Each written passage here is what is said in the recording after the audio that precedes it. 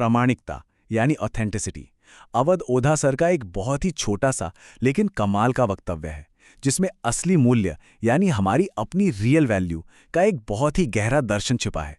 ये एक ऐसा थॉट है ना जो हमारी सोच को एकदम से शीशे की तरह साफ कर देता है। तो चलिए बिना किसी देरी के इस बहुत ही दिलचस्प विचार की गहराई में उतरते हैं और समझते हैं कि इसके पीछे का असली लॉजिक क्या है। एक सवाल है, क्या कभी किसी मजार पे या किसी दान पेटी में 150 रुपए का नोट देखा गया है? अब पहली बार सुनने पर ना दिमाग में एक अजीब सी उलझन पैदा होती है। मतलब 10, 20, 50 या 100 के नोट देखना तो बहुत ही आम बात है, हम सबने देखे हैं।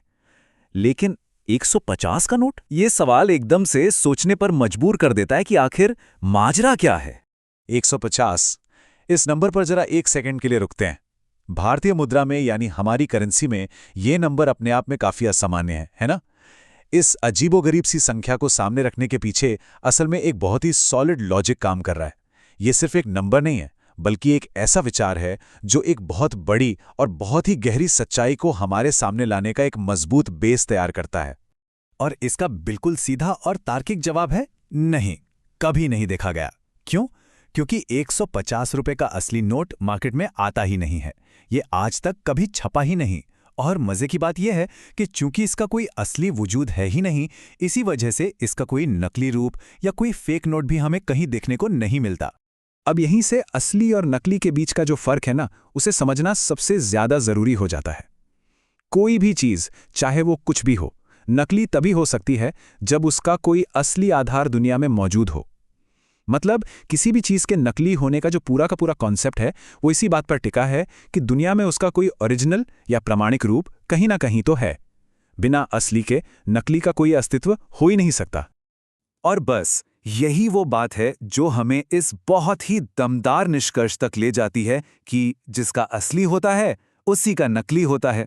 अब जरा सोचिए, इस एक छोटी सी लाइन में कितना गहरा अर्थ छिपा हुआ है।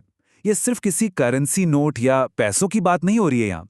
ये जीवन की एक बहुत बड़ी सच्चाई है। अगर किसी चीज की, या चलिए मान लेते हैं किसी इंसान की ही नकल की जा रही है, कॉपी किया जा रहा है, तो इसका सीधा सा मतलब क्या है? इसका मतलब यही है कि उसका असली रूप बहुत बहुत ज्यादा मूल्यवान है। तो अंत में हमारे सामने ये एक बहुत ही गहरा सवाल छोड़कर जाता है, क्या किसी चीज का नकली होना दरअसल उसके असली होने की ही पहचान है? बिल्कुल। असल में अगर किसी भी चीज का अनुकरण हो रहा है तो वो उसकी प्रामाणिकता और उसकी असली कीमत पर लगी सबसे बड़ी मोहर होती है। इसलिए जब भी जिंदगी में नकल का या फेक चीजों का सामना हो तो बस ये समझ लेना चाहिए कि असली की कीमत सच में बहुत ज्यादा है और हमेशा असली बने रहने में ही सबसे बड़ी जीत है।